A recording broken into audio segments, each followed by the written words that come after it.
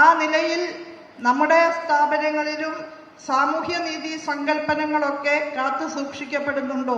കുട്ടികൾക്ക് നിരാശയുണ്ടാക്കുന്ന ഏതെങ്കിലും വിധത്തിലുള്ള കാര്യങ്ങൾ സംഭവിക്കുന്നുണ്ടോ എന്നൊക്കെ സസൂക്ഷ്മം നിരീക്ഷിച്ചുകൊണ്ട് യാതൊരു വിധത്തിലുള്ള പ്രശ്നങ്ങളും പരാതികളും വിദ്യാർത്ഥികൾക്കില്ലാതെ നോക്കാനും, ഇനി അഥവാ വിദ്യാർത്ഥികൾ പരാതികൾ ഉന്നയിച്ചാൽ അതിനെ സമയാസമയങ്ങളിൽ അഭിസംബോധന ചെയ്തുകൊണ്ട് ഇടപെടാനും നമ്മുടെ ജീവനക്കാരായ സുഹൃത്തുക്കൾക്ക് സാധിക്കേണ്ടതുണ്ട്, പ്രത്യേകിച്ച് സ്ഥാപന മേധാവികൾക്ക് സാധിക്കേണ്ടതുണ്ട് എന്നുള്ള ഒരു അഭിപ്രായം കൂടി നിങ്ങളുടെ മുൻപിൽ ഞാൻ വയ്ക്കുകയാണ്.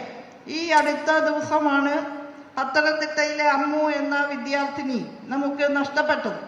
ഇന്നലെയാണ് അമ്മുവിൻ്റെ മാതാപിതാക്കൾ തിരുവനന്തപുരത്തെ ഓഫീസിലെത്തി എന്നെ കണ്ടത്. എന്നെ മാത്രമല്ല, മുഖ്യമന്ത്രിയെയും ആരോഗ്യമന്ത്രിയെയും ഒക്കെ അമ്മുവിൻ്റെ മാതാപിതാക്കൾ കാണുകയുണ്ടായി. നമുക്ക് ഒരിക്കലും കുട്ടികളെ നഷ്ടപ്പെടാൻ ആവില്ല. അതുകൊണ്ട് തന്നെ കണ്ണിലെ കൃഷ്ണമണി പോലെ നമ്മൾ അവരെ കാത്തു രക്ഷിക്കേണ്ടതുണ്ട്. നമുക്കതിനുള്ള ഉത്തരവാദിത്തമുണ്ട്. ഏതെങ്കിലും വിധത്തിലുള്ള മാനസിക സമ്മർദ്ദങ്ങളിലൂടെ കുട്ടികൾ കടന്നു പോകുന്നു എന്ന് കണ്ടാൽ അവരെ ചേർത്ത് പിടിക്കാനും അവരുടെ ഉത്കണ്ഠകളും ആകുലതകളും പരിഹരിക്കാനും കൂട്ടായ ഇടപെടൽ തന്നെ ഓരോ സ്ഥാപന തലത്തിലും നാം നടത്തേണ്ടതുണ്ട്. സ്റ്റുഡൻസ് ഗ്രീവൻസ് സെല്ലുകൾ ശക്തമായി പ്രവർത്തിപ്പിക്കേണ്ടതുണ്ട്.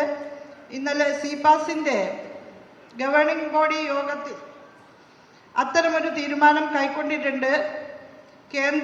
കേന്ദ്രീകരിച്ച് തന്നെ ഒരു സ്റ്റുഡൻറ് ഗ്രീവൻസ് റിഡ്രസൽ സംവിധാനം ഉണ്ടാകേണ്ടതുണ്ട് എന്ന് കണ്ടിട്ടുണ്ട്. അത് സാക്ഷാത്കരിക്കപ്പെടട്ടെ എന്ന് ഞാൻ ആശംസിക്കുന്നു.